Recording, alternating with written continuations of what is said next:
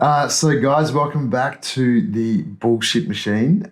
Super excited this week because I have Claire Uhlich on the show this week, and the reason I want to get Claire on is for me it's quite obvious, but I think you guys will see why it was so obvious to me. But obviously, I've lasted a couple of years. I've worked a lot with guys and sort of working through, with clients or whether it's yoga or whatever, working a lot with guys. But Claire, I've known Claire for a number of years, and Claire's been this woman who has unashamedly always followed her path, and she's done so much study, so much self-reflection, and she's been through so much in terms of discovering who she is. Well, I mean, that's what I found about you, Claire, and that's why I want to get you on the bullshit machine, because you've really been someone that I've seen that's really called yourself on your own shit a number of times. So,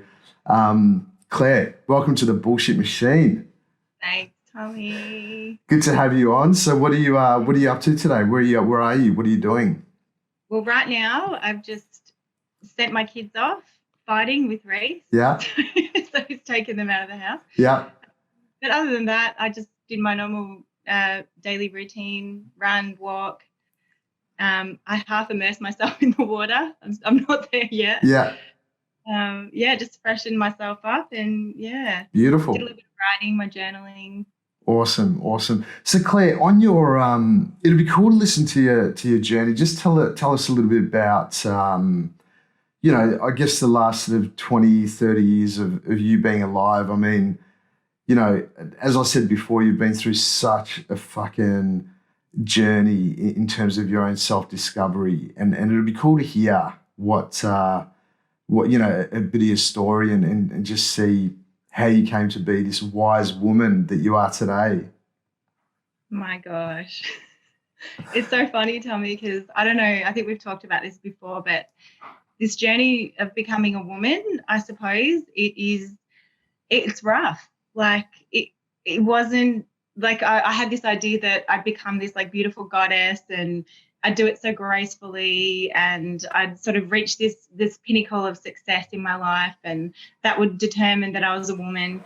But it was such a different experience. And I think in our Western culture, we tend to forget that women and men both go through these milestones as they grow from like children to into preteen and then into adulthood.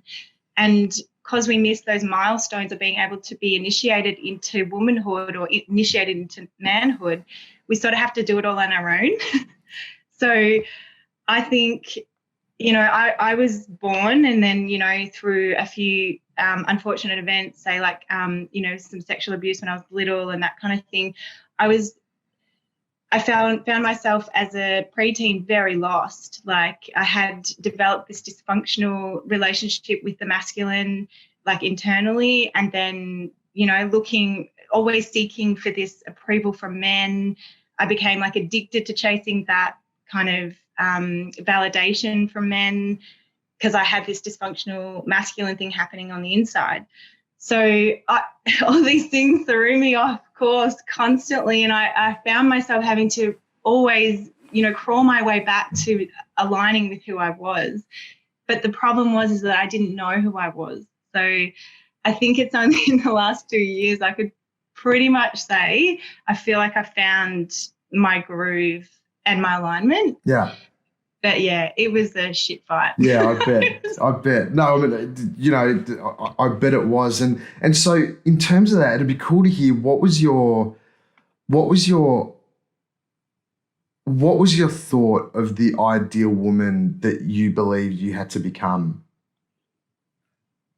Well, the weirdest thing is, Tommy, is like I never had a great example of like that brilliant woman that embodied every part of a woman that a woman should embody. So like I was always searching for bits and pieces. So like I'm very intuitive. I'll only ever go on what I feel rather than what people tell me and what I see, but it's taken me a long time to trust that.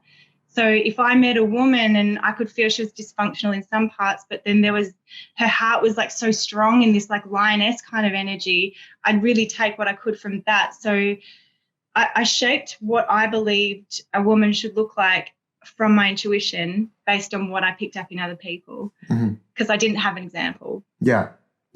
And on that, when you were talking about you kept falling into this dysfunctional behavior with men and you said the masculine and whatnot. So on that, can you, if you feel safe to do so, can you dive a little bit deeper into what that actually, how that reflected, or how you express that into your everyday life?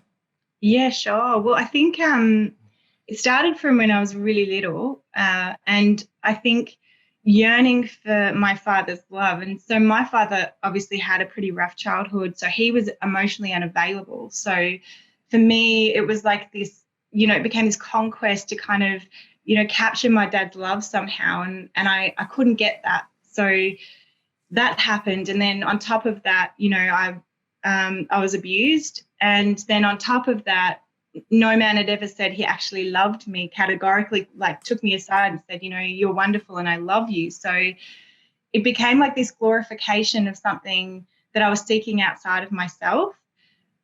So then from there, just to go back to what you've asked, I think I developed this really unhealthy, well, I say unhealthy, but it was all meant to be, but it was a dysfunctional quest to get somebody's love. So what I did was search for it in other men. And by the time I was about 13 or 14, I started looking into ways to kind of sell myself to get that back from a man. So one of the examples is I lost my virginity really early, and I had no idea what sex was meant to be. So, but I knew that sex was a way to get a man's attention.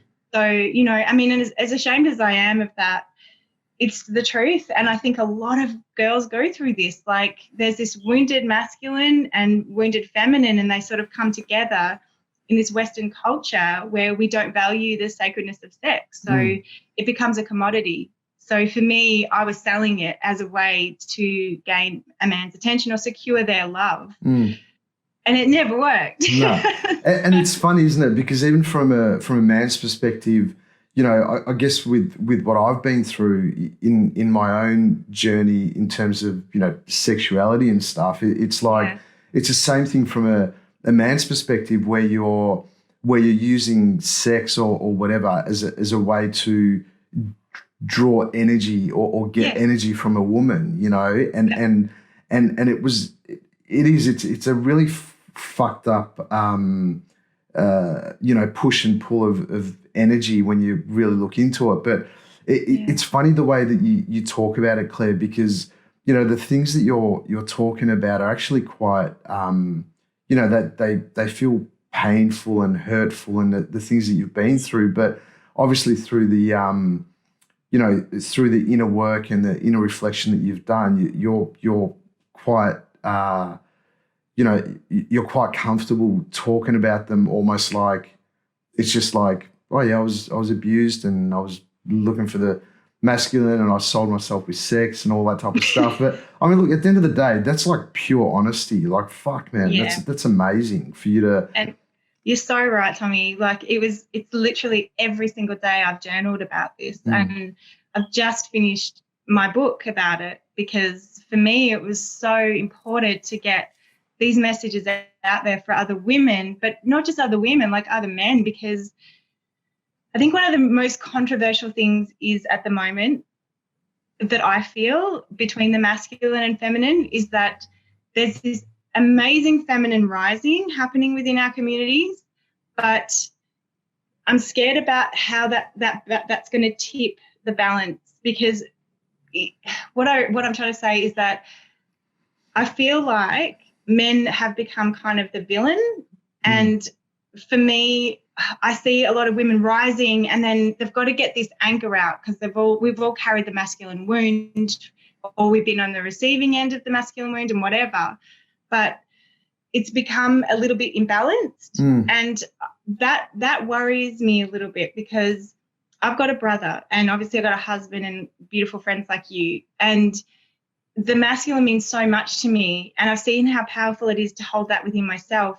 But I also see how important that we need these men to rise too. Like it's, men are the suicide rate for men in our country is like 5 times higher than women. Yeah.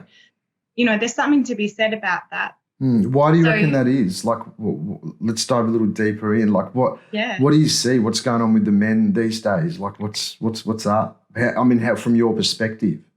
Well, can I give you a little bit of context behind this?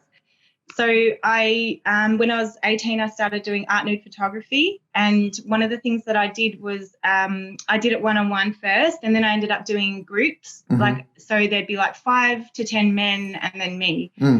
And I started watching the energetic dynamic between myself and these men, and the shame that they carry is like next level.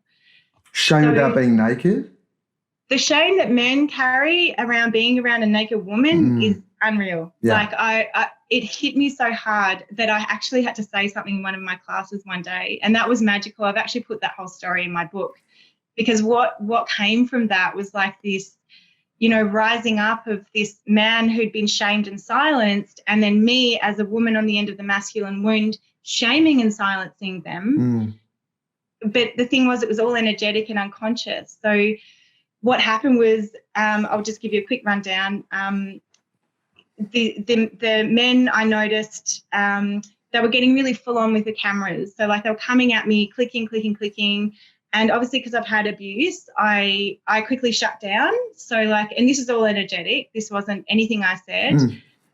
And I just closed off my heart. I was like, oh, get away from me. I hate you. You disgust me. All these things were coming out of me, because that's naturally my response is to protect myself.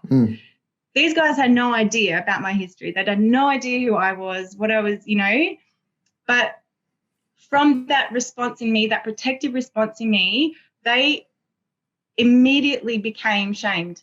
So I watched the room, like there were men sort of going towards the back of the room. There were men that were putting their cameras down.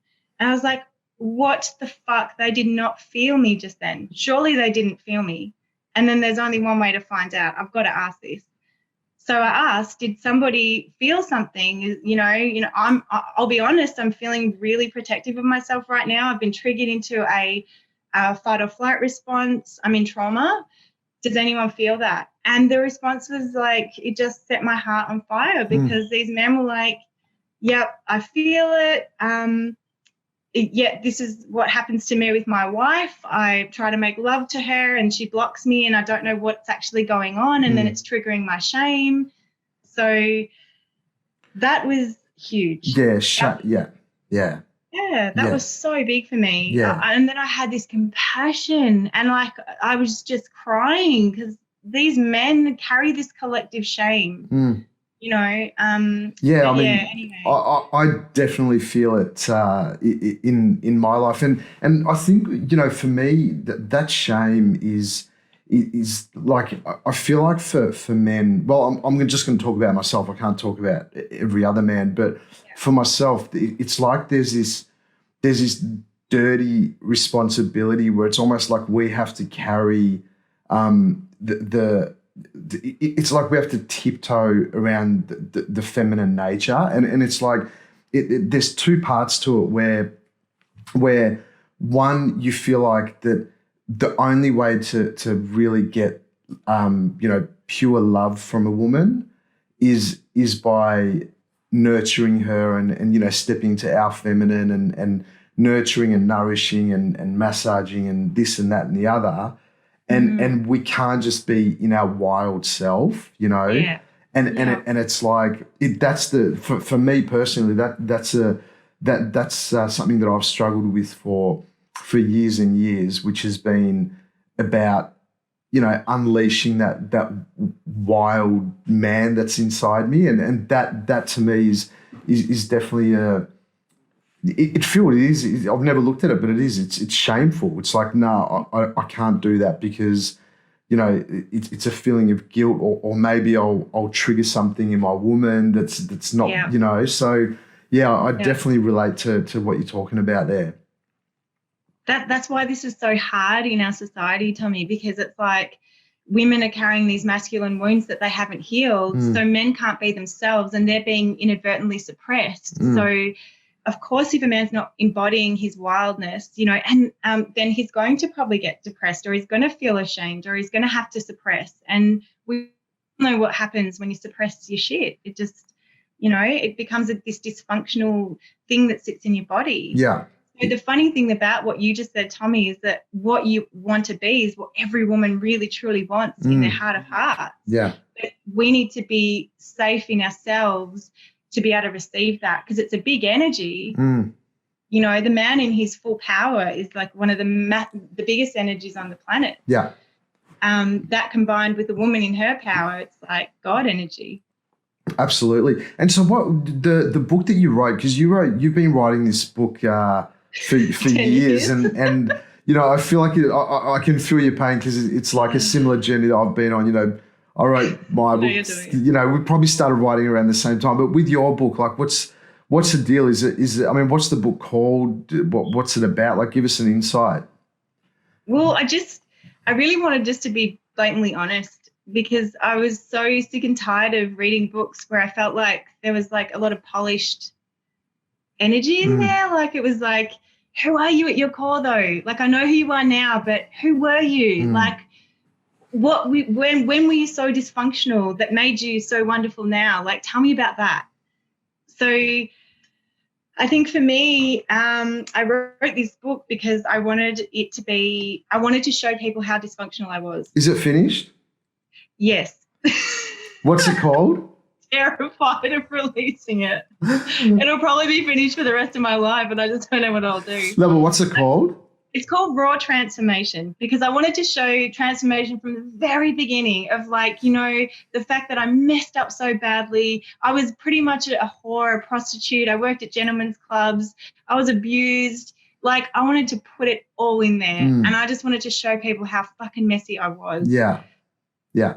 Because it softens the edges of other people's transformation. You know, it lowers that expectation to become something so wonderful in a year. Like it's taken me a lifetime to get here, and I haven't heard anyone else talk like that. Like I read books in the hope that someone will say, now this journey started the day I was born, but no one says that. It's the reality. We're growing every day.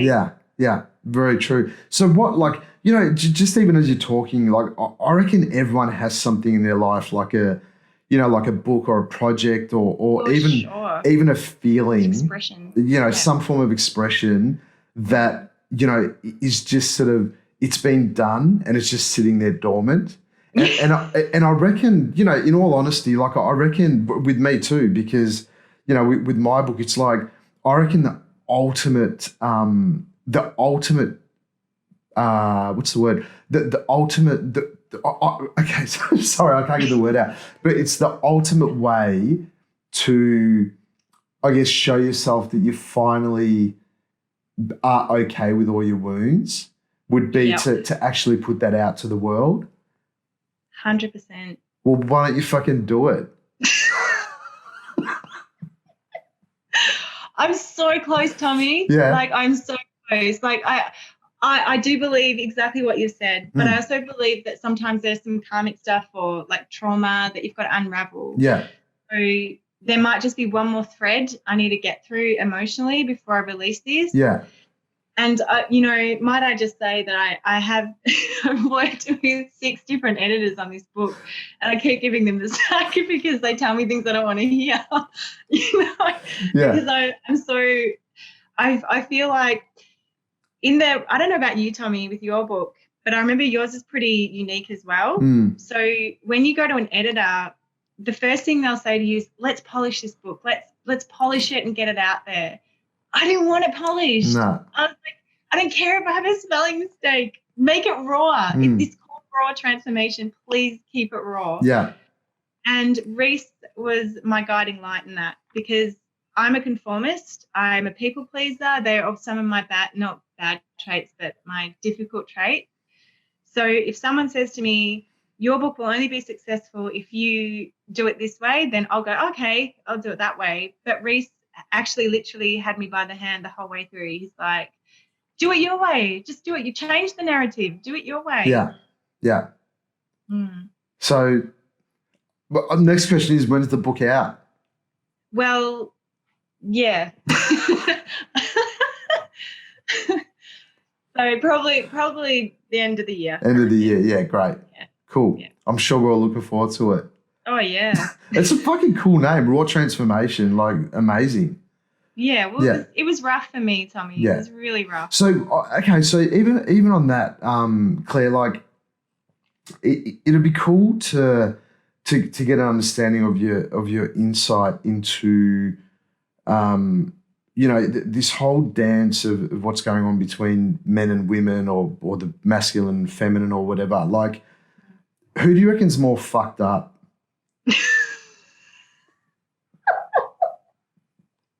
Seriously, it's a genuine, like, it's almost like a non-judgy question. But Yeah. like, for me, if I look at the world, I genuinely reckon that I reckon men are probably more fucked up at this stage because we're all turning into fucking. It's like, well, not all. I'm not going to speak for all men, but it's like we're turning into these scared little fucking pussies that are too scared to look at all this shit to look at the things in us that are actually powerful, and we're pushing that away. But maybe I don't know, like, what are your thoughts? Who's more fucked up? Do you know, it's I seriously have, like, okay, I've got this thing about balance. I've actually written my second book as well, which I haven't released. 2 to put on the. It's all about grace. So for me, grace is about balance in life. And I feel like with the way that the feminine rose so quickly, because there was this dead silence for a while, nothing was happening. And then all of a sudden women are like, hang on a minute, I got power. I got fire in my belly. I got to let this shit out. Yeah. And then they just sort of went through the roof.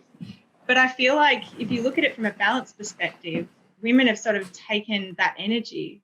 So men are kind of scrambling around trying to find this energy. And I feel like it's a dance, exactly what you said. I don't know who's more fucked up, but like, I feel like it's about bringing back the feminine a little bit to create some space for the masculine to paint their picture. Mm.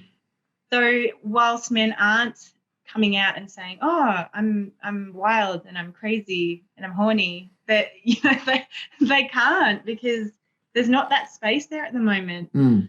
That's how I see the universe. I always see things in balance, like and I'd really like to work with women about finding their balance, because I feel like I'm not going to say anything about feminism. I'm not a feminist. I'm not a feminist. So, that's a big topic. But we don't need to witch hunt men just to find our power. That's all I'm going to say. Yeah. Yeah. Yeah. What does it even mean, witch hunt men? So witch hunting means, like, there was this delusion a long time ago for me, I'll speak for myself, where a man took my power because I was on the receiving end of the masculine wound. So I perceived that as the only way I would get my power back is if I got it from a man. Mm-hmm.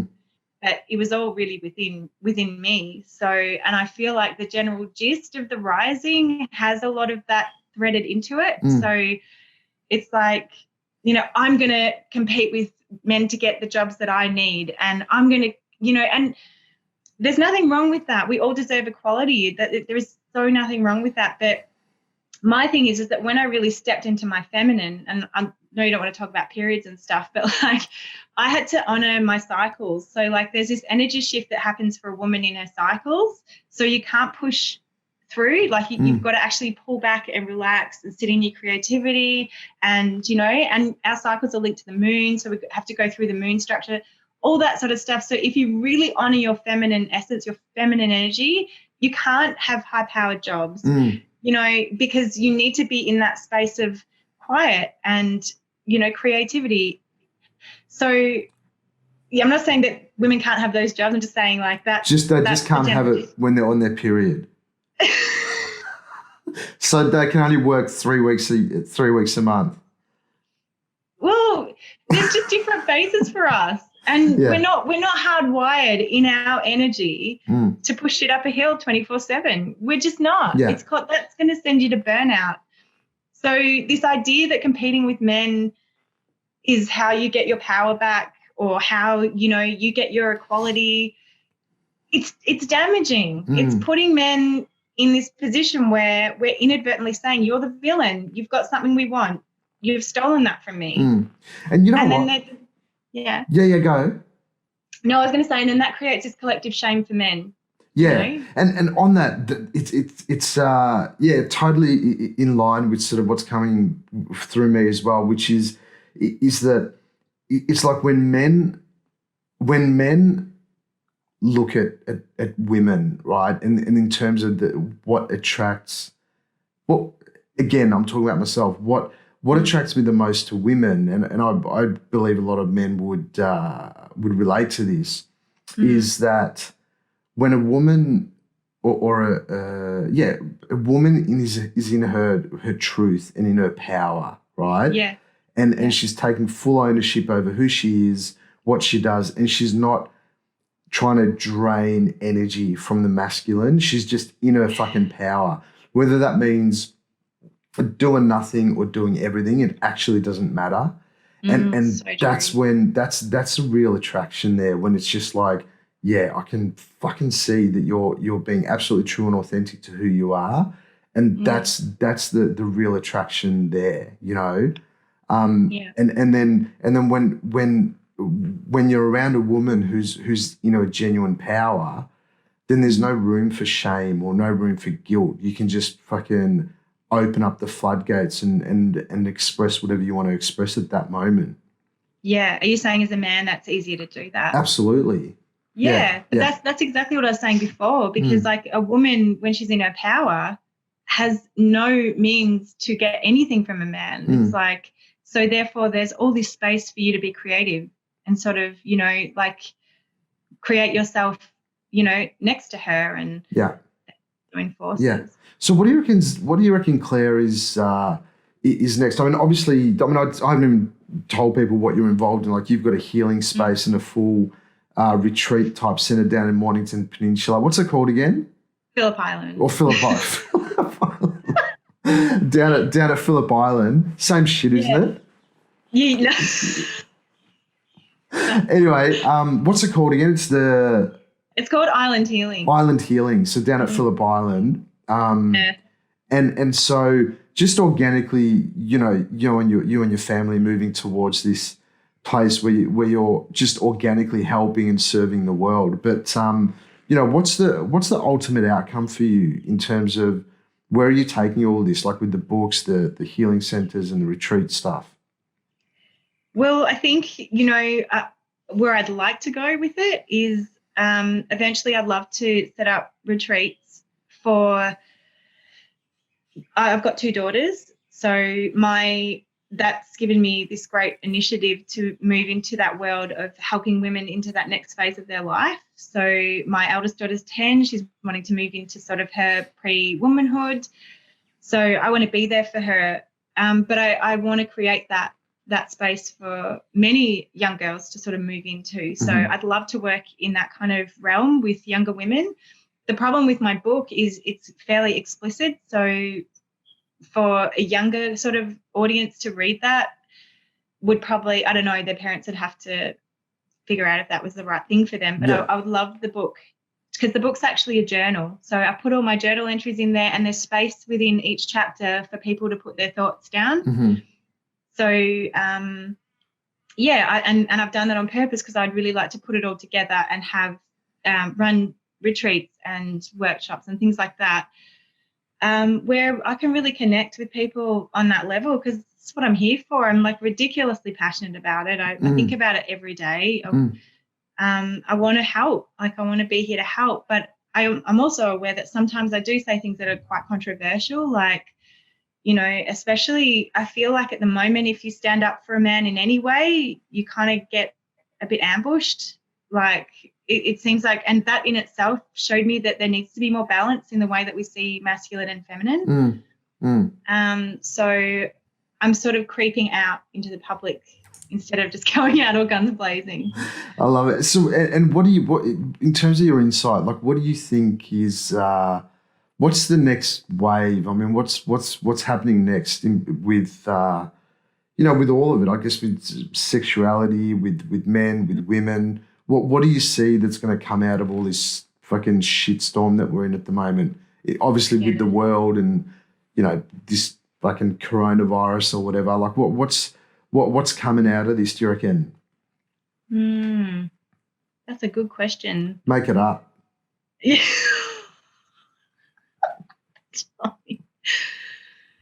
It's so funny because I don't know about you, but for me, I feel like this whole world on the exterior is just mirroring this whole interior thing happening, internal, that's happening within me.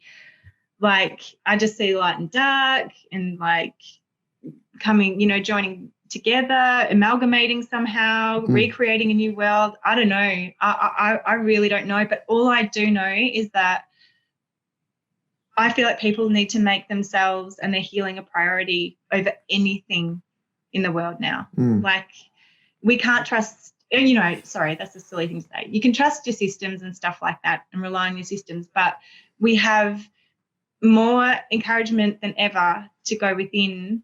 And, all you've really got at the end of the day is yourself. So what was on that? I mean, it'd be good to hear because you know what? Like, I remember when I was just sort of diving into this whole world of self-reflection and whatever, and, I'd listen to people saying things like that, like, you just got to dive in and do some healing and some inner work, and it's great to hear because you're like, I do have to do that.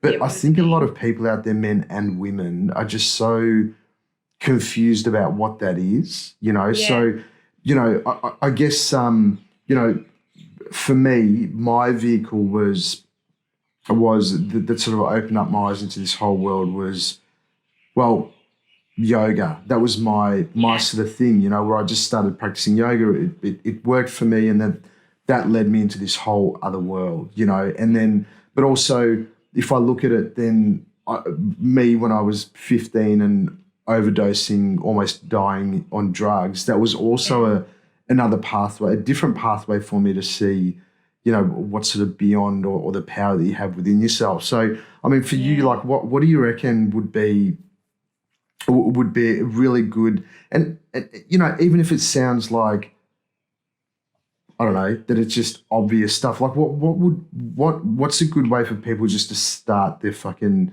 journey of self-reflection? Well, to be entirely honest, I feel like it comes, I don't know about you. I think you went through a similar thing though, really harnessing anything that makes you feel ashamed. That's why, in a way, even if I don't release my book, writing out my life made me accept it. I had to accept it. I had to find compassion for the fact that I did the things I did. And I did some really shameful things. But we have to somehow, because what happens, I believe, in my opinion, is that we break off, we fragment. So, like, if you do something and it really causes you so much shame and you never want to think about it again, and you're like 15 or 16, and then you put that aside and you shelve that, you fragment. And then you do it again when you're 20 and then you fragment. But the problem is, until you deal with the actual core problem or the reason that you're doing those things, you'll keep doing them and then you'll keep fragmenting. So it's about integration. It's about acceptance.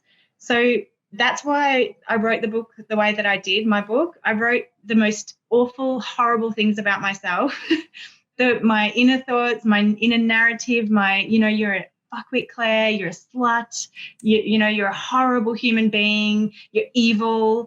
I wrote it all out and I got it out on a piece of paper, and that's why I put it in the book, because I'm like, people need to know this shit's normal. We all have these inner narratives. It's like, and going into it is scary. So unless we see examples of this in everyday life, it's still going to be taboo to go to those depths within ourselves. And that's what I feel I wrote the book for, because I want to take people by the hand down to those depths that they have, write it all out. That's why I've left blank pages in my book to write out their shame, write out their awful things that they did. They can close the book and burn it. Who cares? But as long as you've got it out in front of you, and then you can find a way to go, okay, this is my life map. Look at the shit I did. Yeah. I was crazy, but Yeah. hey, I'm here. Yeah. Well, that's it, isn't it? Like writing, especially, when you're journaling and write, it has to be, I believe it has to be pen to paper, because doing it on your laptop or whatever, it's almost like, I don't know, for So glad you me. said that. Huh? Same. Yeah. I'm so glad you said that. Yeah, I'm it the same. is. You've got to, because when it's almost like with that ink is connected to all that dirty yuck emotion that's in, Yeah. and you get it out. And one of the exercises that I do myself, and I've done with a number of my clients as well, Yeah. is that if you're going through shit, and you actually write down how you truly feel about yourself, exactly what you said before about being, how much you fucking hate yourself, and the guilt, and it's like, just, it's just that dirtiness that you really don't like about yourself, and getting that out on a page or 2 pages or 3 pages. And then I remember once I did this, and usually what I do is at the end, I just write like a little sentence or two about what I'm grateful for, if there is anything. It could just be breath or whatever. And I did this exercise a few years ago, and I wrote 3 pages, and then at the end of the page, the only thing I could find was that I said thank you to my breath. Like, I just said, that was the gratitude that I had. I was like, you know what? I just want to thank myself, or thank you, breath, for being with me. And then I went down to the beach and burnt it, right? And the coolest thing was, it was one of the greatest moments of my life, where I burnt this letter. It was so fucking hateful towards myself. And there was, once I burnt it, only one little thing, like that piece of paper, was left. Yeah. And it just said, thank you. Yeah. And I was like, cry. I know. It was just like, wow, so incredible. So it's like those things that you're talking about. It's not just journaling. It's not just writing your shit. It's actually, this shit fucking works, huh? So much. Yeah. Yeah. Oh, you're crying. Oh. Because for me, it's like that masculine that women want to see, like we want to see that in men, that vulnerability in that. Yeah. But then we don't let them show it at the same time. So, yeah, it's beautiful. Oh, yeah, it's funny, isn't it? And that's the thing, dude. Like, you've got to, with men especially, like, once you harness this vulnerability time and time again, I mean, fuck, it fills you up. It's powerful. Yeah. And with women too. I mean, what? Because you're quite good at vulnerability and stuff, aren't you? Now. Yeah. Ask Reese. So Reese and I have been together like 15 years. Crazy. And when I met him, I was a hard, cold bitch. There was nothing left of me. I was, he did an amazing job to hold himself together. Yeah, I mean, like, he lost himself too in our relationship, but he stood by my side somehow. Like, he defied my core belief that every man in my life leaves me. So it was so weird, but I forgot the question. Sorry. The question was that women in their vulnerability, like what? That's all right. Yeah. So I think because, like, if you're a woman and you've had a masculine wound, it's really easy to get caught up in being masculine. Like, I don't know if that makes sense, but it's almost like you could try to control the one thing you fear the most. So for me, I became like this hardcore worker. I didn't stop. I was like, go, go, go, go, go. That dysfunctional part of the masculine, I was over exercising to try and gain control of it somehow. So vulnerability didn't exist in my vocabulary. I had to just be, and I guess that just showed me how I viewed the masculine too. I viewed masculine as not vulnerable, but they actually are, like your beautiful story before. That just shows everything. So becoming vulnerable as a woman is really hard because a lot of women are in protection still. They want to protect themselves because men have been hurt too. So this is not a woman thing, but like a lot of women have been hurt by men. There's our Aussie footy culture, a lot of our football players, things like that. They've got the wrong idea about what women are and what we sell ourselves out to men like. So for me, I kept blaming that footy culture and saying, oh, it's them, it's them, it's them. But then I saw myself selling myself to them in a way where they bought it, So it goes two ways. So once I started being vulnerable, of course, you don't attract that as much. And opening up and do you know the one thing, Tommy, I think is the key to all the vulnerability, like, is just telling the truth. It's just telling the truth about who you are. That's it. And it's fucking hard to do, isn't it? In terms of, it is. Like, that's all. Because I'm the type of person where it's like if there's even a glimmer of conflict, I'm like out. I'm like, I'm like, get me out of here. Conflict avoiders. Oh, massive. And so I will do anything in my power to avoid conflict. But what I've started to do is that any time that there's any awkwardness, any weirdness, I make sure that I know what that awkwardness is, and I pretty much just have the conversation. Okay. I just fucking have the conversation. I go and I just own that truth. It's like, hey, I actually say, do you know what? I feel like there's a bit of weirdness going on here. So I wanted to fucking talk about it because it doesn't feel right me carrying this. So can we just talk about what's going on? God, that's such a breath of fresh air. But it's not. But then then you talk about it, and it doesn't mean it's going to get resolved. But it means that you've been honest and authentic and truthful. It's like, dude, I feel yuck and weird. I don't want to have this in me. Like, can we just talk about what's going on? That's amazing. I know. I craved that as a child. Did you? Yeah, big time. Yeah. You sort of feel, because I mean, our parents were from that generation where everything's just sort of like locked down, suppress. Yeah. So like what you just said, I would have loved my parents to sort of just go, I'm having a really shitty day, guys. Yeah. Yeah. Well, that's good. Oh my God, we got to chat. How fucking exciting, Claire. So exciting. So wait, so you're going to get your book out, which is fucking cool.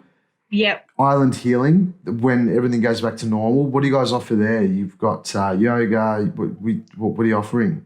Yeah, well, at the moment, nothing because obviously the lockdown. But we have yoga and Reese does his men's circles. We do, we'll probably get our women's circles up and going. But I feel like it's had a bit of a cleanse. So I'll see what direction it takes when we open up again. But there's a bit of travel on the cards for us. Good. Bit of escaping. Don't know. Yeah, I think everyone's hanging for that, especially if you're in Melbourne or Victoria or whatever. Victoria's a heavy energy at the moment. Yeah. All right, cool. Well, thanks for coming on the Bullshit Machine, Claire Bear. Sure. It was awesome to get your insights on what's going on. So thank you so much for jumping on. Pleasure. Thanks, Tommy. No wuckers, Claire. I'll fucking see you later, mate.